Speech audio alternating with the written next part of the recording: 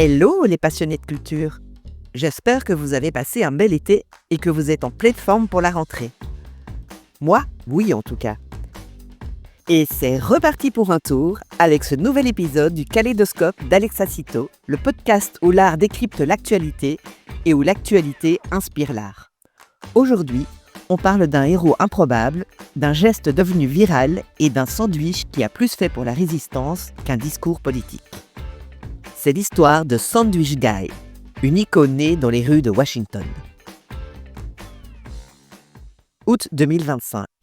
Des policiers fédéraux patrouillent dans la capitale américaine, déployés sur ordre de l'administration Trump pour lutter contre la criminalité alors que celle-ci est en baisse dans cet État démocrate. Au milieu de cette tension, un homme ordinaire, Sean Dunn, employé du ministère de la Justice, se tient face à eux. Il n'a ni panneau, ni mégaphone, juste un sandwich à la main. Excédé, il lance aux agents « You see these fascists right here in our fascists? Fuck you!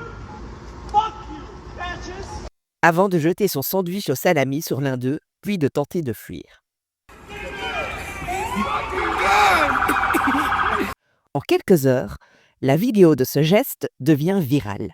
Sean Dunn, arrêté et licencié de son poste au département de la justice, risque initialement 8 ans de prison pour agression sur un agent fédéral. 3 jours après la scène, la procureure fédérale de Washington, ex-star de Fox News, annonce son arrestation. He thought it was funny. Well, he doesn't think it's funny today because we charge him with a felony, assault on a police officer, and we're going to back the police to the hilt. So there, stick your Subway sandwich somewhere else. Une réponse jugée disproportionnée. Mais ce geste absurde, presque comique, se transforme en symbole de résistance. Et, comme souvent, l'art s'empare de l'événement. Les internautes détournent l'œuvre culte de Banksy, Flower Thrower, ce manifestant qui lance un bouquet au lieu d'une grenade, en remplaçant les fleurs par un sandwich. Des affiches, des tags et d'elles-mêmes reprennent cette image, diffusant le symbole dans les rues de Washington et au-delà. Ce détournement artistique n'est pas anodin. Banksy utilisait déjà la beauté pour désamorcer la violence. Ici, le sandwich devient un emblème de résistance non violente, une façon de ridiculiser l'autorité.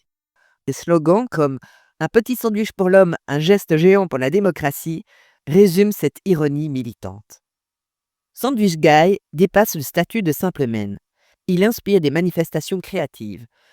Des baguettes brandies comme des drapeaux, des t-shirts à son effigie, ainsi que d'autres œuvres de street art.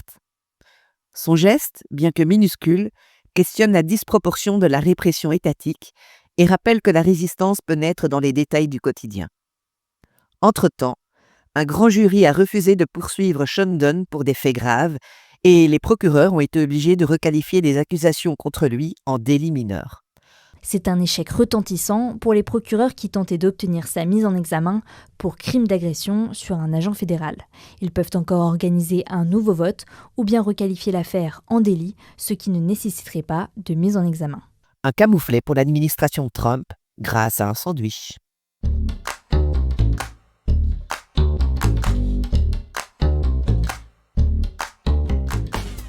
C'était le Kaléidoscope d'Alexa Cito. Si cet épisode vous a plu, commentez-le, partagez-le et abonnez-vous. Et n'oubliez pas, dans un monde de force, la créativité est une révolution.